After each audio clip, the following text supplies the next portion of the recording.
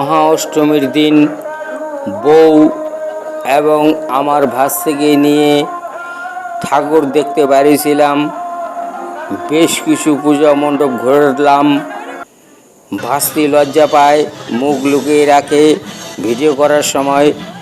কিন্তু আমার বিয়ের পরে আমি আমার বউয়ের সঙ্গে যখন ঠাকুর দেখতে যাইতাম, বউর হাত ধরে ঘুরতাম।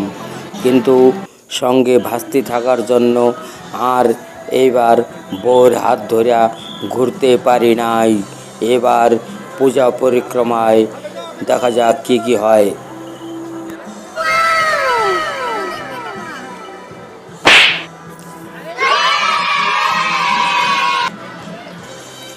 ঠাকুর দেখে তো কোনো শান্তিই নাই।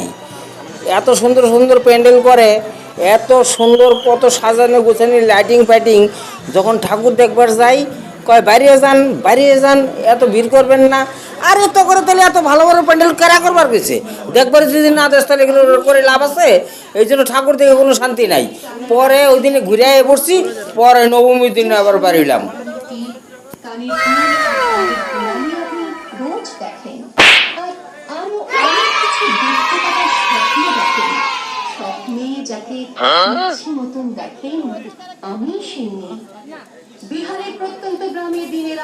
তারপর দ্বিতীয় দিন অর্থাৎ নবমীর দিন ঠাকুর দেখতে বেরোলাম।